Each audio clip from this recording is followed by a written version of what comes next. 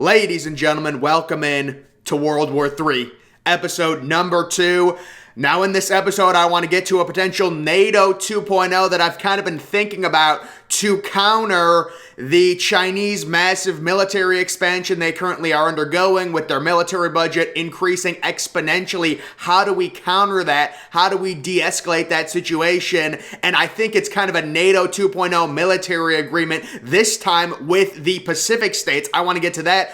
I also want to get to this Russia-Ukraine thing. What's going on there? It's still kind of stalled. You can take a look at the territory Russia currently has in Ukraine as they continue their Ukraine campaign. And we know Putin is going to want Ukraine. This, again, I think this is going to be a drawn-out 4 to 6 month process with the Ukrainian people not going down easy. And it's going to be a very hard occupation for many of the Russian soldiers. They're going to have to occupy Ukraine if they do, in fact, take it over. And then at that point, what happens next? Does it snowball? Do Russia and China reach sort of a military agreement? That's my one main concern. But guys, first I want to get to the current situation with the United States when it comes to oil, or the lack thereof. You know, we pull out of Russia in terms of not getting oil from Russia. You can take a look at this nice little meme here, drilling in oil in the United States versus drilling oil in Russia, Venezuela, Iran. So obviously we're not importing oil from Russia anymore. It's going to be Venezuela and Iran, and it's just so ridiculous, this whole idea of the Green New Deal. Guys, if I start talking about politics, there's really two main things I'm always going to talk about. You know, they're always going to come up at some point in the conversation. It's going to be climate change and it's going to be China. Those are the two main things I always seem to go back to.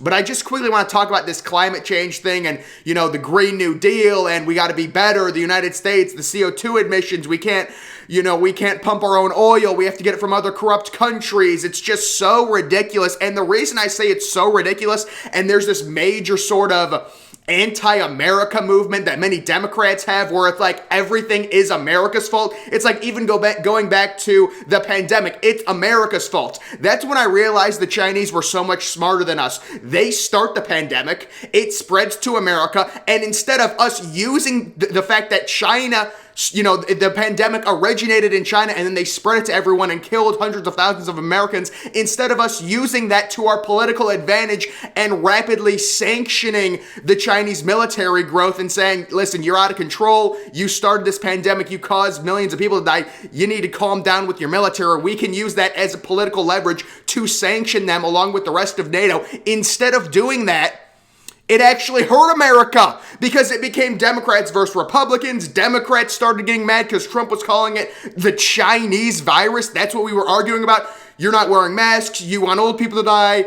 Get the shot. Things like that. And it actually hurt America. And that's when I realized the Chinese are so smart because they have all the major corporations on their side from America. You're talking Apple, Nike, making multi-billion-dollar profits every single year through, in partly, the use of Chinese slave labor, creating their items in China for an extremely low price, marking them up in the United States, paying workers whatever. I mean, in China, all that crap, that slave labor, it's all legal. That's why they're able to create all these products, all these shoes at ridiculously low costs and have crazy markups and be able to have crazy profits. But guys, overall, this whole idea about, you know, the Green New Deal and things like that, why is it all virtue signaling, and why is it all, you know, kind of this new anti-American thing like AOC? And it's not just AOC. There are a lot of Democrats that buy into it. If you really cared about climate change, if you really cared about global warming,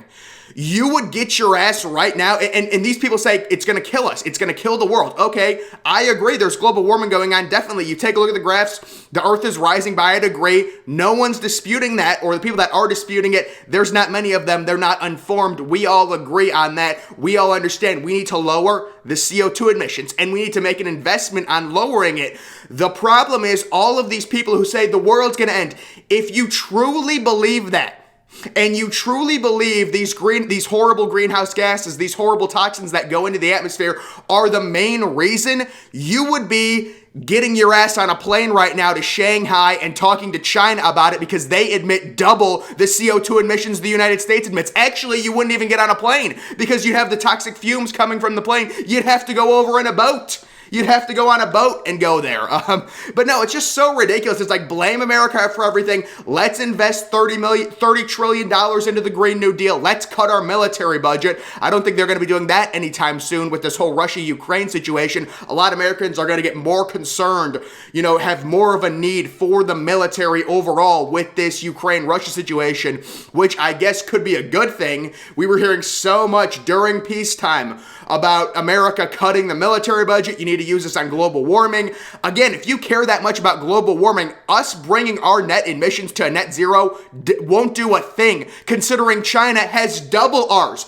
I would understand if we were number one in CO2 emissions, had horrible air quality, everything, terrible pollution, but that's just simply not the case. They're painting a false picture, and they're using this sort of weird Democratic talking point where it's like, blame America for everything. The pandemic happens, Trump calls it the Chinese pandemic because it started in China and they spread it everywhere. Seems pretty logical, but no, you're racist for saying that. You gotta blame America. You gotta blame people for not wearing masks. You gotta blame people for saying their rights are being infringed upon. That's why China is so much smarter than America right now, and that brings me to a bigger point where I've thought about this for a little while of possibly doing a NATO 2.0 treaty alliance with some of these specific states, in particular Japan. And I know we've had military alliances with Japan, we have one right now, but I want a massive one. And I would use sort of the excuse that, use the fact that China is growing their military exponentially as a buffer, as a reason for why we need a major military alliance with a country like Japan. You really can't do Vietnam because I believe Vietnam is land. I would not do a military alliance like NATO with any country that is land connected to China, because they would take that as a threat. So I believe Vietnam is connected. Let me see if I can pull up a map on this to see what countries we have here. Just looking at the Pacific part of the world. Yeah, Vietnam, you couldn't do it, but with someone like Thailand has a decent military. Japan has the 5th biggest military in the world, I believe, if that is the case. And also, the other country I would be interested in doing this sort of NATO 2.0, South Korea. If you look on the military power index, South Korea has the 6th strongest military. Everybody talks about North Korea. Guys, North Korea's military is always going to be smaller than it should be because of the way their government is set up. It stunts innovation. So they're not going to have the technology like a free government like South Korea is going to have, where they benefit from their citizens creating new things, coming up with ideas, the innovation, things like that. North Korea, I think, is 30th overall. When we talk about North Korea launching missiles, South Korea has a far stronger military. And if North Korea wants to get angry that, we enter this sort of NATO 2.0, you could call it like a Pacific States Treaty Agreement. Obviously, it wouldn't be called NATO. NATO, I think, stands for North America Treaty Organization or something like that. I don't know the exact coding, but I'm just using NATO 2.0 as kind of an example of what this treaty would be like, where if you invade any countries, we come to their aid. We want to stop it. Obviously, Taiwan would not be in this at all. Taiwan being in this particular agreement that I'm proposing would be basically like Ukraine being in NATO. It makes no sense. NATO was created to de-escalate situations so you wouldn't have a country like Europe invading and taking over Albania or Lithuania or something like that. But the way it's set up right now, NATO never would have let Ukraine join. Russia used the fact that Ukraine possibly was going to join NATO as an excuse to invade Ukraine, partly as an excuse also to denazify it, but it was just a complete fake excuse. It's pure Russian propaganda. NATO is a treaty set up on peacefulness. We do not want countries invading the countries that are in NATO. And if Russia decides to invade Lithuania or Albania, you're going to face the United States. So it de-incentivizes invasions of small countries. That's what this agreement would be. And I think people spend way too many hours worrying about North Korea. Again, the way their government is set up, it stunts innovation. They have very little innovation. They struggle to even launch nukes correctly. I doubt they could even get an accurate nuke to the United States where they're located right now in the world. I really doubt it. Now, if a World War III scenario broke out, we need to protect ourselves on the Pacific front. And really, like, if China invades Japan, we have to help Japan. We have to. And I think this would be the one major concern I have. I was kind of playing this out in my head.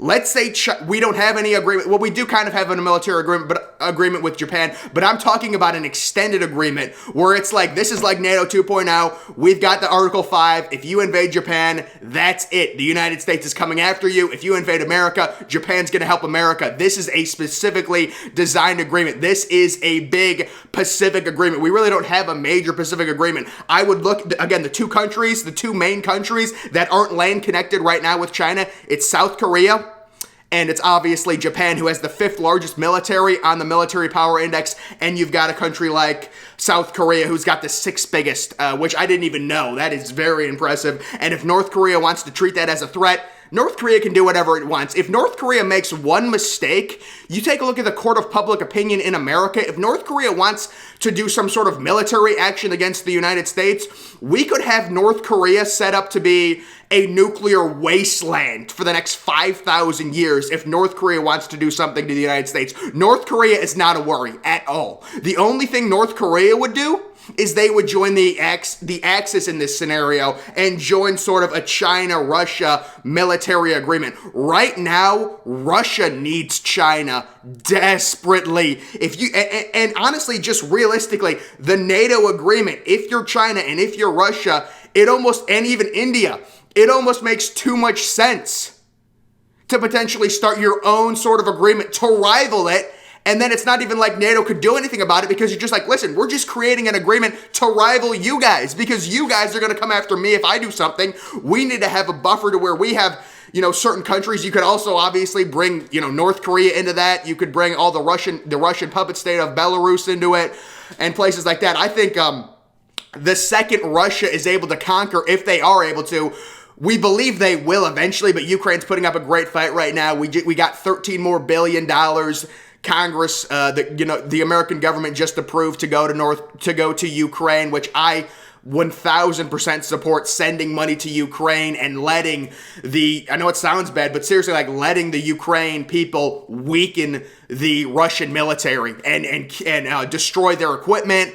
Whatever you can do, America's going to keep funding you, and Russia's going to say, well, that's an act of war, whatever. I mean, at the end of the day, this is exactly what I would continue to do. And I don't know how much money the other NATO countries are sending, but $13 billion that just got approved being sent to Ukraine, that is very nice. And America's sitting back and they're watching this and they're saying, listen, the Ukraine army, keep weakening them. Keep weakening the Russians, even if it comes to a situation where Russia takes over Ukraine. They're going to be so weak, they're not going to be able to do much. They're going to need China. Russia is going to need some other big military power to come to their aid or their defense, or sort of used as kind of a buffer. I think they're going to need the Chinese. This is the article from the AP.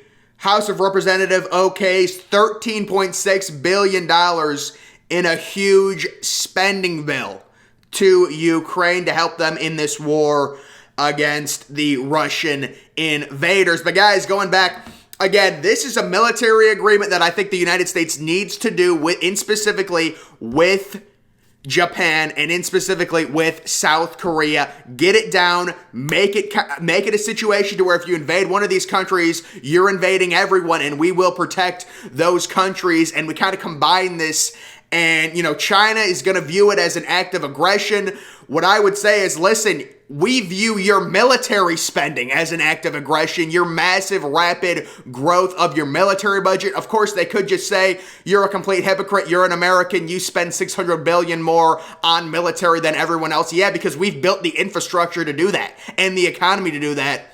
It is what it is. We view what you're doing as an act of aggression, getting your military that big, publicly coming out and saying you're going to pass the United States by 2050. We need to protect ourselves against that. And the major concern is the potential Russia-Chinese military agreement that I'm sure would also include a lot of smaller countries, definitely North Korea, I'm sure.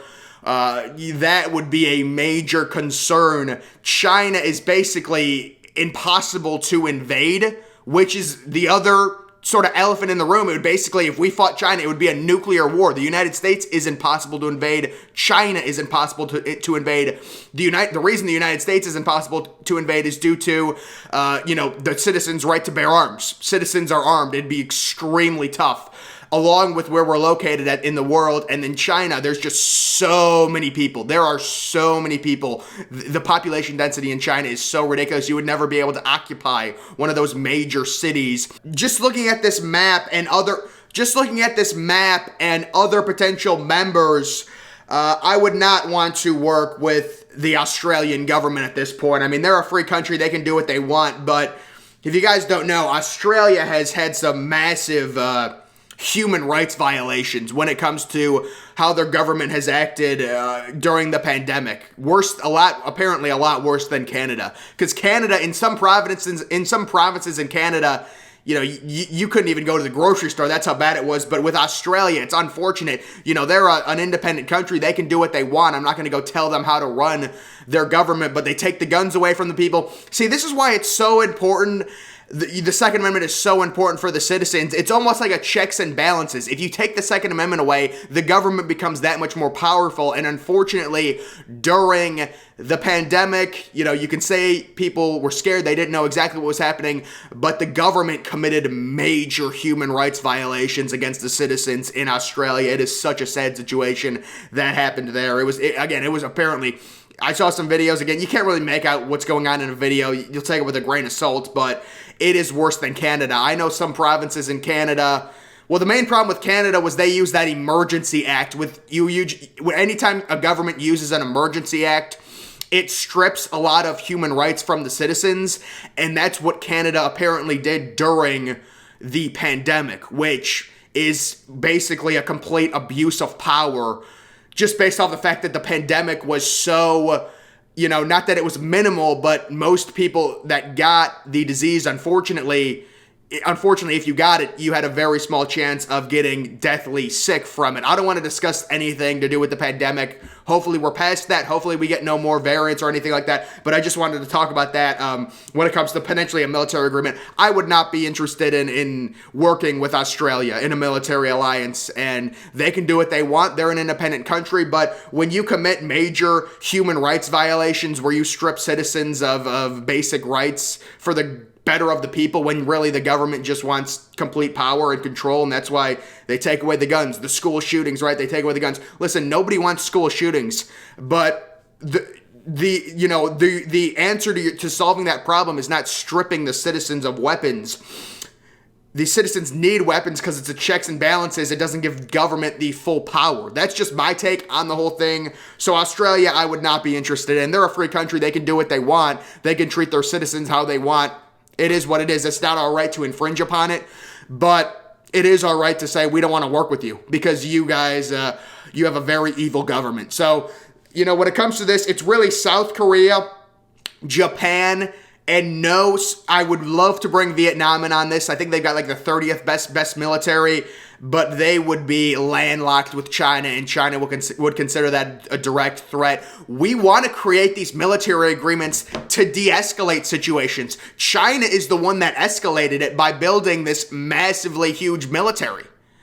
And China is the number one threat to the United States. It's not Russia, although Russia might be the number one threat to the world due to Vladimir Putin's, nobody knows what he's going to do. He's unstable. He's getting up there in age. He could just want to start a nuclear war.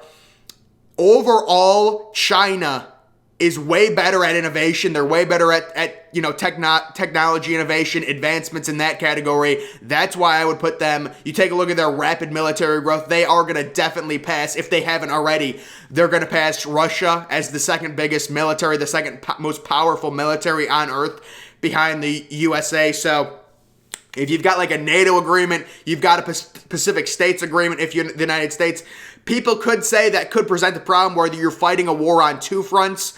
What I would say to that is, if it does happen and World War III does happen, it's very likely the European countries are just going to have to fight Russia, and we're going to have to fight China. There's very little we could do to help. If we're fighting China, there's very little we could do to help fight Russia at that point. I mean, you would want to send reserves both ways. You would want to make sure the Western European countries defended against Russia.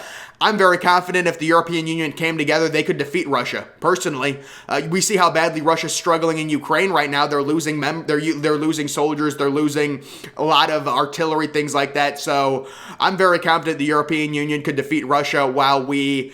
I don't even know how a war with China would look. I think it would just be a nuclear war, honestly. I mean, you cannot invade mainland China. It's impossible. The population density is too big. You would never be able to occupy those cities. And China would never be able to land and invade the United States. So I don't even know how that would look like personally. I hope it never comes to that.